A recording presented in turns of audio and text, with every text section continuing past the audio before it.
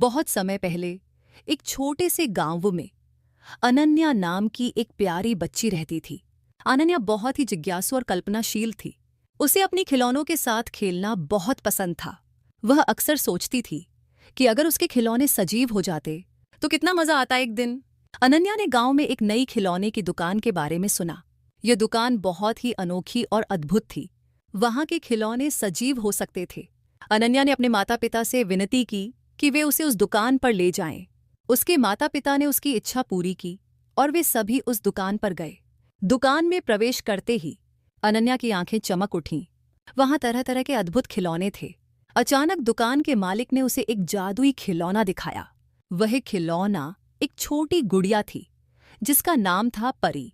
दुकानदार, यह गुड़िया जादुई है। अगर तुम इसे सच्चे दिल से चाहोगी तो यह सजीव हो जाएगी। अनन्या ने परी को बहुत प्यार से अपने पास रखा और उसे सच्चे दिल से चाहा।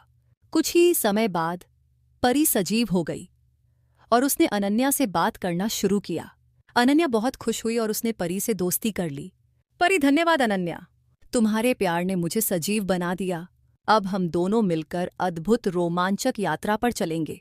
अनन्या और परी ने मिलकर अद्भुत यात्रा की योजना बनाई। वे दोनों एक जादुई जंगल में गए जहां हर चीज जादुई थी। वहां उन्होंने जादुई जीवों से मुलाकात की और कई रोमांचक अनुभव किए। यात्रा के दौरान अनन्या और परी का सामना एक दुष्ट जादूगर से हुआ। जादूगर ने उन्हें धमकी दी कि अगर वे उसकी परीक्षाओं को पास नहीं कर पाए तो वह परी को फिर से खिलौना बना देगा। दुष्ट जादूगर, अगर तुम मेरी परीक्षाओं को पास नहीं कर पाई तो मैं परी को फिर से खिलौना बना दूंगा। पहली परीक्षा बुद्धि की थी। जादूगर ने अनन्या को एक जटिल पहेली दी जिसे हल करना था। अनन्या ने अपनी बुद्धिमानी से पहेली को हल कर लिया और पहली परीक्षा पास कर ली। अनन्या, हमने पहली परीक्षा पास कर ली। अब हमें दूसरी परीक्षा का सामना करना है। दूसरी परीक्षा साहस की थी। जादूगर ने अनन्या और परी को एक डरावने गुफा में भेज दिया। गुफा में कई तरह के भयानक जीव थे, लेकिन अनन्या और परी ने मिलकर अपनी साहस और धैर्य से दूसरी परीक्षा भी पास कर ली। परी, हमने दूसरी परीक्षा भी पास कर ली।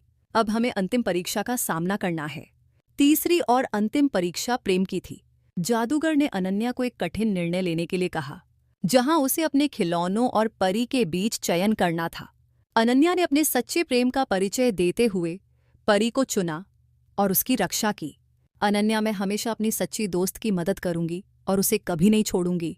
अनन्या और परी ने सभी परीक्षाओं को सफलतापूर्वक पार किया और दुष्ट जादूगर की योजनाओं को नाकाम कर दिया। उन्होंने अपनी अद्भुत यात्रा को समाप्त कर खुशी खुशी अपने घर लौट आईं। दुकानदार, तुमने अपनी सच्चाई और प्रेम से जादूगर को हरा दिया। तुम्हारी कहानी सभी के लिए प्रेरणादायक है। अनन्या और परी ने मिलकर अद्भुत यात्रा की और अपनी सच्चाई, साहस और प्रेम से सभी कठिनाइयों को पार किया। उनकी कहानी हमें सिखाती है कि सच्चे दिल से किया गया प्रेम और साहस किसी भी मुश्किल को पार कर सकता है।